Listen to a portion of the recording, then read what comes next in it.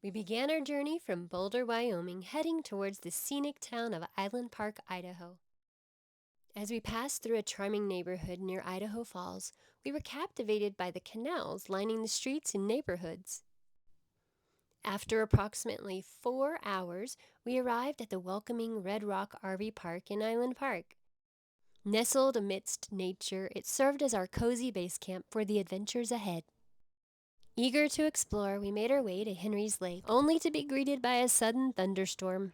Despite the rain, the view from the mountain overlooking the park was nothing short of breathtaking. That's our RV park. The moment I'd been anticipating since I was a little kid had finally arrived. We were entering Yellowstone National Park. Approaching from the west entrance, we were fortunate to encounter several bison just relaxing. We visited in the middle of May when the park is less crowded, and we tried to visit during weekdays as well. That helped a lot with crowds. Well, hello, we are at Yellowstone. We are driving to the Grand Prismatic Spring. Super excited about it. It's a little rainy, but that's not going to stop us. Yellowstone spans over 3,472 square miles. It's the second largest national park in the U.S. It's a vast expanse of wilderness, home to diverse ecosystems and geothermal wonders. Did you know Yellowstone is a supervolcano? Pretty wild, right? But don't worry, the Yellowstone Volcano Observatory closely monitors the area 24/7 for seismic activity, ground deformation, gas emissions, and thermal changes. There's no sign of an eruption anytime soon. Our first stop was Firehole Falls, a 40-foot waterfall on the Firehole River. Located along the one-way Firehole Canyon Drive, it's easily viewable from the road with no hiking required.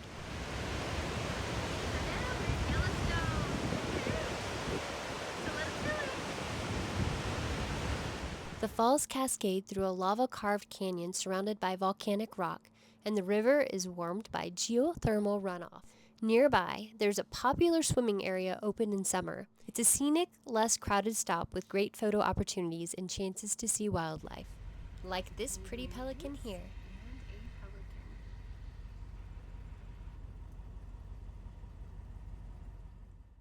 It was so beautiful seeing the steam coming from the ground.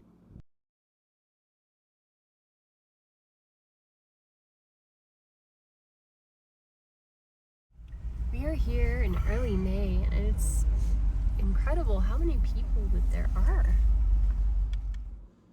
We visited the Lower Geyser Basin, a geothermal hotspot with mud pots, fumaroles, and geysers. The area is a testament to Yellowstone's dynamic volcanic activity.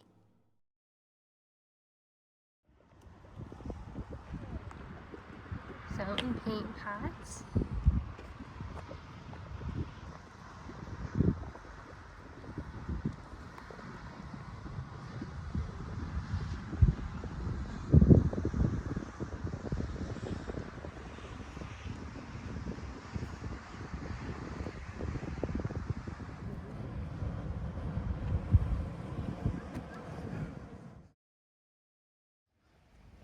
Oh, wow.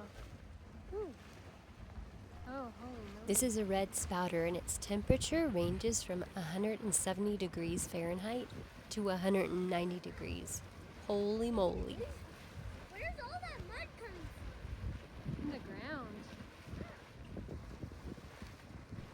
After doing a little research, this is what I found. The mud at Red Spouter forms when heat from Yellowstone's underground magma heats groundwater. This hot water mixes with volcanic gases, creating acid that breaks down surrounding rock into clay. The clay blends with water to make the bubbling mud you see.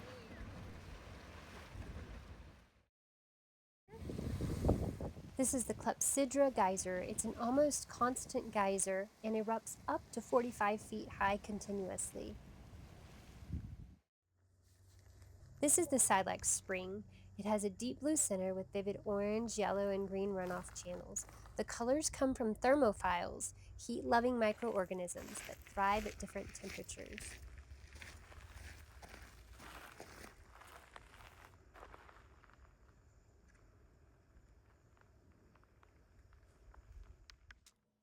This is the surprise pool. And what is not a surprise is that this water is very hot. It exceeds the temperatures of 160 to 200 degrees Fahrenheit.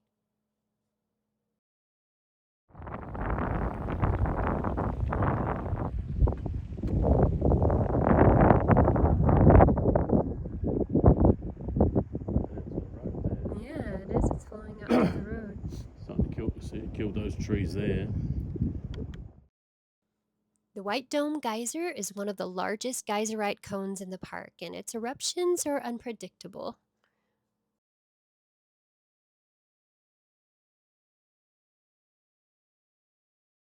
Driving along the Firehole Lake Drive, we encountered Black Warrior Lake. This scenic route is dotted with geothermal features, including Great Fountain Geyser and Steady Geyser.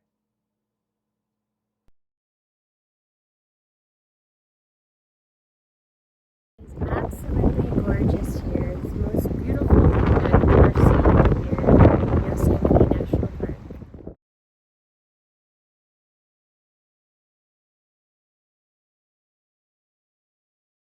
We headed to the Midway Geyser Basin to see the Grand Prismatic Spring.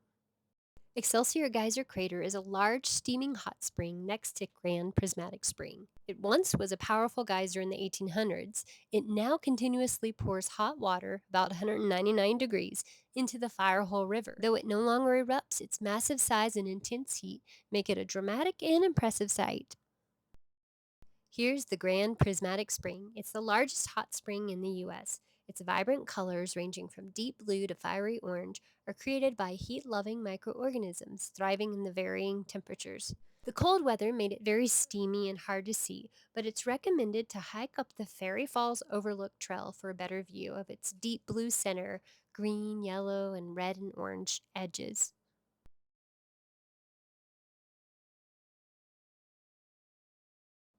Here's the opal pool.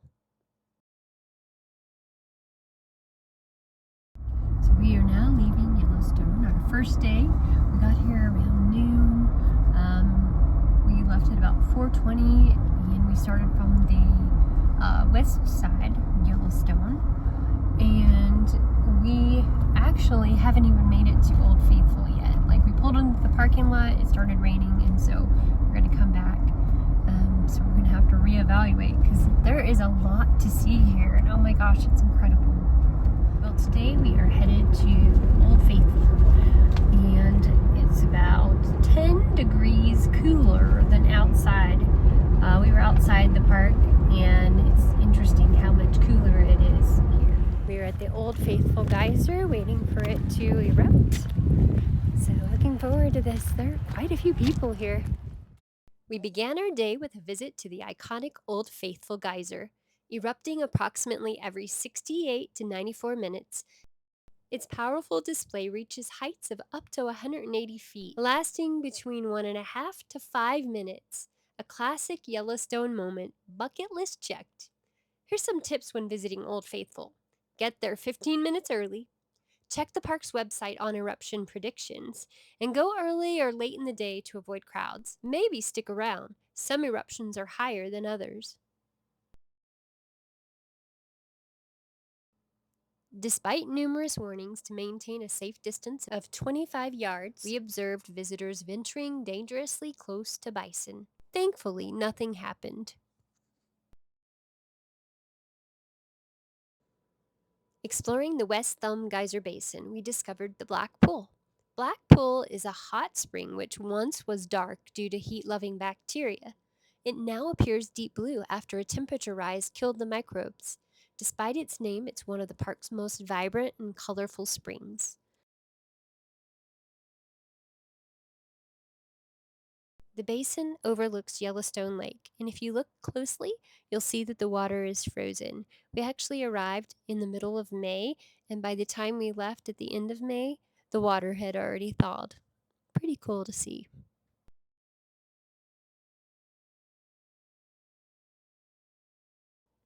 This is the fishing cone, which is also known as the Fish Pot Hot Spring. Historically, it was known for its high eruptions and the practice of visitors boiling their freshly caught fish caught from the lake directly in the vent of the geyser. Isn't that cool? That's probably one of my favorite stories here.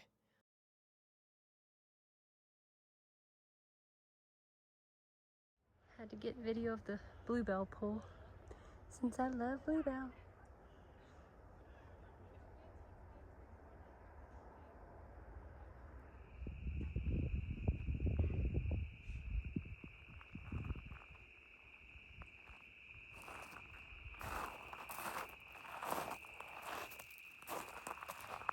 This is the Black Sand Basin. On our return, we stopped at Black Sand Basin, a small but vibrant geothermal area just 1 mile west of Old Faithful. Named for the black volcanic glass, obsidian, in its sand, it features colorful hot springs, bubbling pools, and frequently erupting geysers. The highlights include Cliff Geyser, Sunset Lake, Opalescent Pool, and Rainbow Pool. The area is easy to explore via a short boardwalk loop and offers stunning colors with fewer crowds, making it a peaceful and photogenic stop.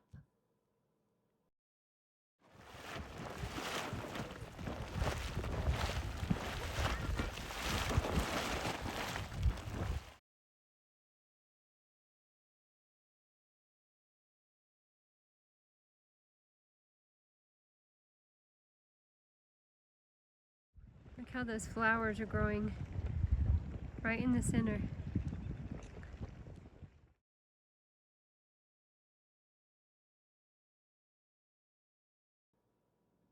We were also fortunate to spot a mountain goat perched 200 feet up on the mountainside, a rare and really exciting sight.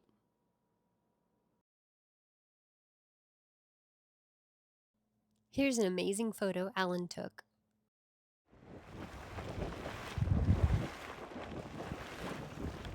Here we go, walking through a fog machine. The green spring. Woo! On our way back to our RV, we saw elk grazing. At our RV, we indulged in huckleberry chocolate candy. This is really good. A surprise visitor awaited us. A solitary moose wandered near our RV park. Typically solitary creatures, moose are known for their elusive nature, making this encounter really special. Our third day in Yellowstone began with bison crossing a river with their calves, the young ones full of energy. It was really an amazing sight to see. Alan took this amazing photo.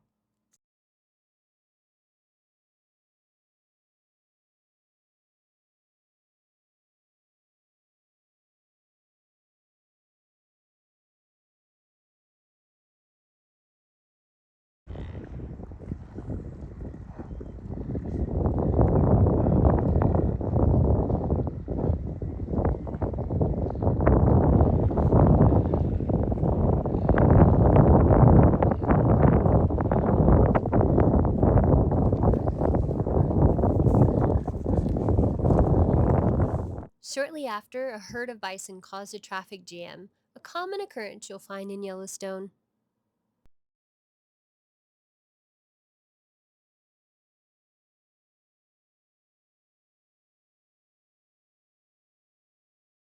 Spotting a cluster of cars, we joined fellow enthusiasts to witness a mother grizzly with her 2 cubs, an awe-inspiring moment.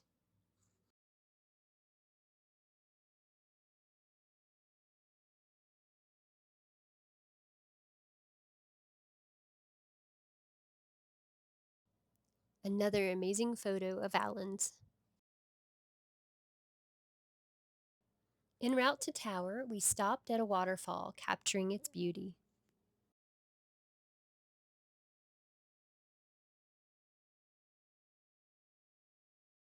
Here's a glimpse of the Mammoth Hot Springs.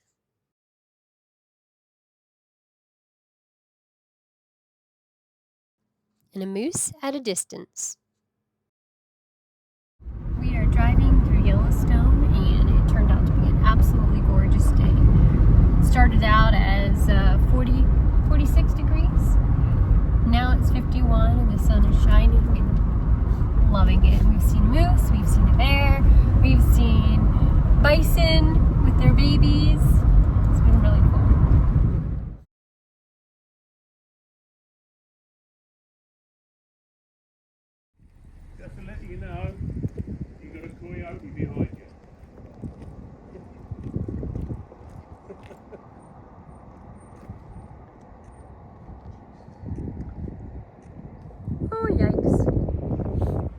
Alright, babe. While observing another grizzly and her baby. cubs, Alan noticed a coyote venturing closer than expected. I have to admit, I was pretty nervous. As it passed us and headed into the field, it was chased away by a mama bear.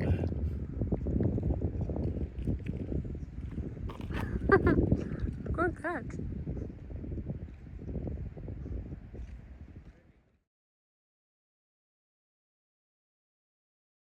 It's recommended to stay at least 100 yards away from a grizzly bear. They can run 35 miles per hour, so you want to make sure that you're the fastest one around. If you look ahead of the grizzlies, you can see the coyotes hanging around. The one that we ran into seems to have found a friend.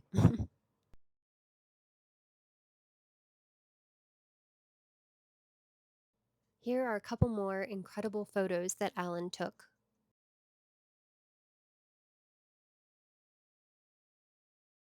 We also encountered pronghorn antelope. I think they're so beautiful. You see them a lot in Wyoming, everywhere. We're eating at Mammoth Hot Springs, so we'll see what it's like. Dinner at the Mammoth Hotel dining room was okay.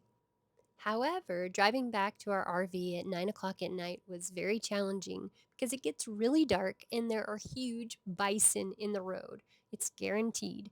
And we actually had to come to a screeching halt to avoid hitting them in the road. So thank goodness we ended up seeing them in time. Our fourth day in Yellowstone, we stopped at Gibbon Falls.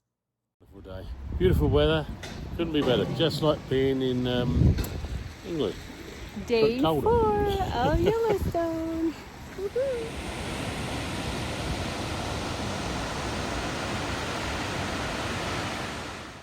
At Mammoth Hot Springs, we explored both the lower and upper terraces.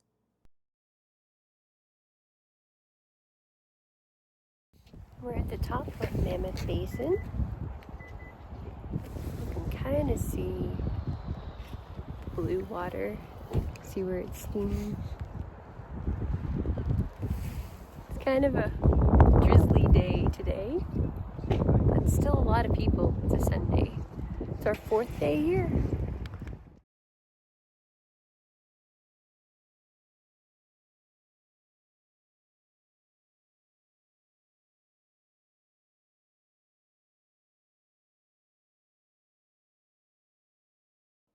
Some of these trees are dead due to the area's intense geothermal activity.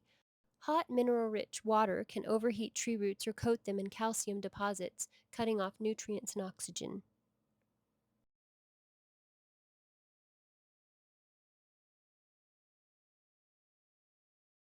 What happens when there is a bear sighting? Traffic gets jammed and tons of people are on the side of the road and it starts to rain. It's really interesting and fun watching them in the wild.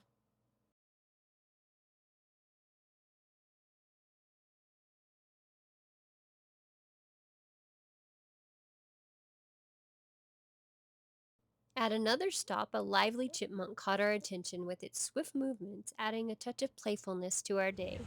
Yeah.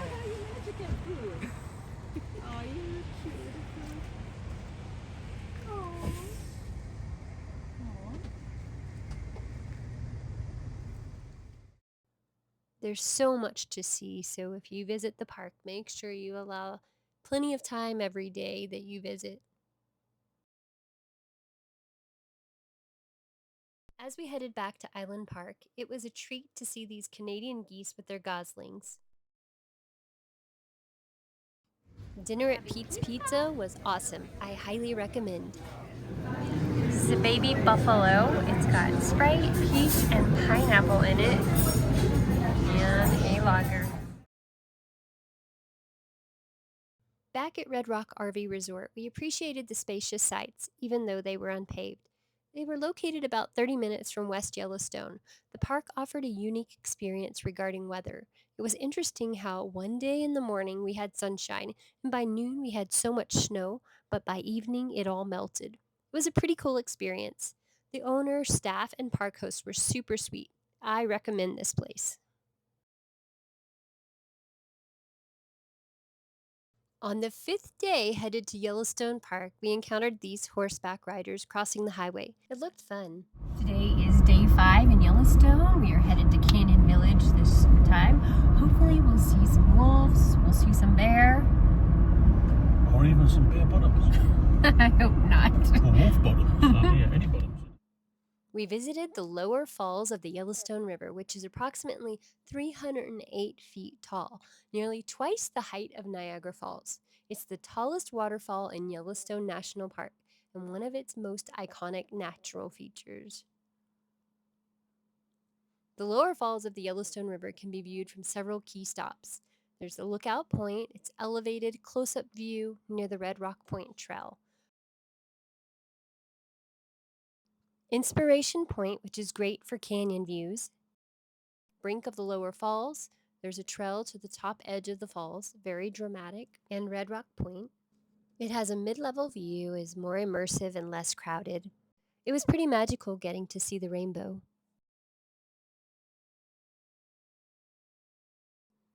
The lower falls gushes water at a rate of up to 63,500 gallons per second during peak spring runoff. In late summer, it's closer to 5,000 to 10,000 gallons per second. The force and volume depend on snowmelt and rainfall, but even in drier months, it's a thundering, powerful waterfall. You can hear the roar and feel the mist from this view.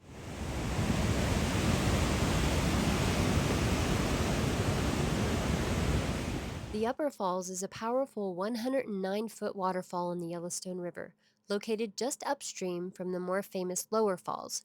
You can view it from two main spots, the brink of the Upper Falls, right above the drop, and the Upper Falls viewpoint. This is the Upper Falls viewpoint. What do you think of the waterfalls? Very, very beautiful. Gorgeous, gorgeous. Though smaller than the Lower Falls, it's still dramatic and easily accessible. What do you think about this waterfall? It's the same one! Oh, okay. It's actually my favorite view of the Lower Falls and Canyon. It's Artist Point.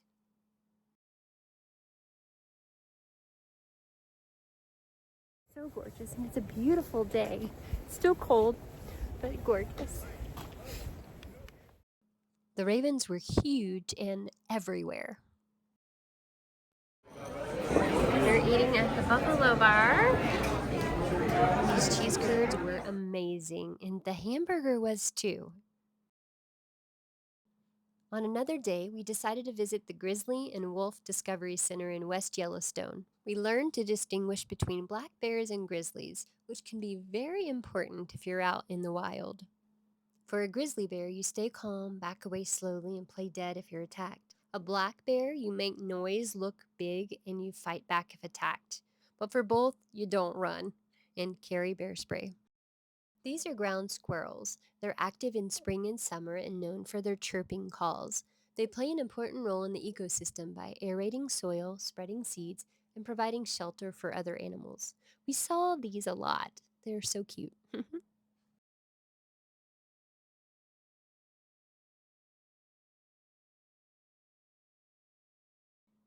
The birds that are housed here are unable to survive in the wild due to injuries. This hawk was injured by a vehicle. These are both great horned owls, and one actually has an eye injury, and the other had a birth defect in one eye. There are 3 bald eagles, but I only got video of 2 of them. But one had a dislocated wing, the other suffered lead poisoning, and the other was shot in the wing. This center is home to 5 otters, 3 males and 2 females. The otters are rotated in and out of the habitat throughout the day, spending their off-exhibit time in dens or a behind-the-scenes outdoor play area.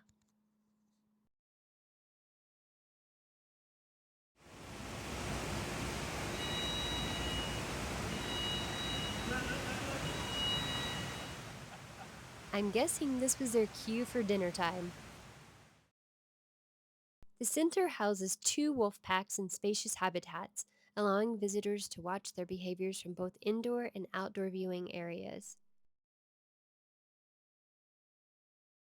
This is a female named Harlequin. She was born in 2020 as part of the Fossil Butte Pack. Harlequin is known for being alert, playful, and interactive with her surroundings. She's actually hunting for some fresh fish right now. Food for the wolves is strategically hidden throughout their habitat to encourage natural hunting behaviors. Staff members place meat, bones, and other food items in logs, under rocks, or scattered across the enclosure. This stimulates the wolves' instincts to track, sniff out, and hunt for their meals, similar to how they would in the wild.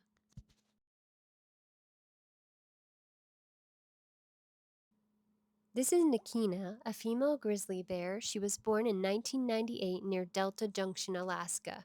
She was orphaned at about 6 months old after her mother was killed for preying on chickens and accessing chicken feed.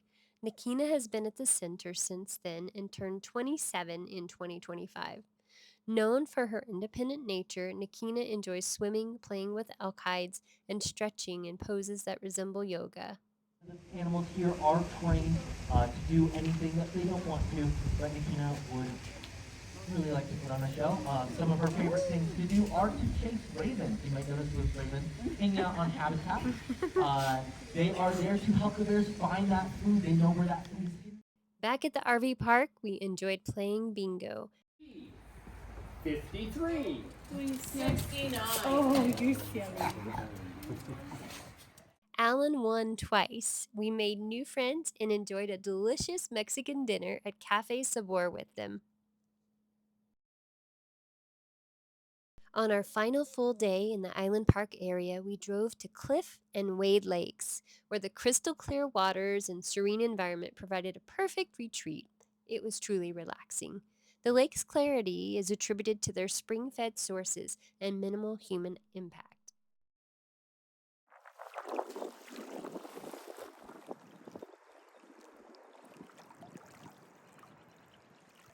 Holy moly, it's just gorgeous out here. We're at Wade Lake.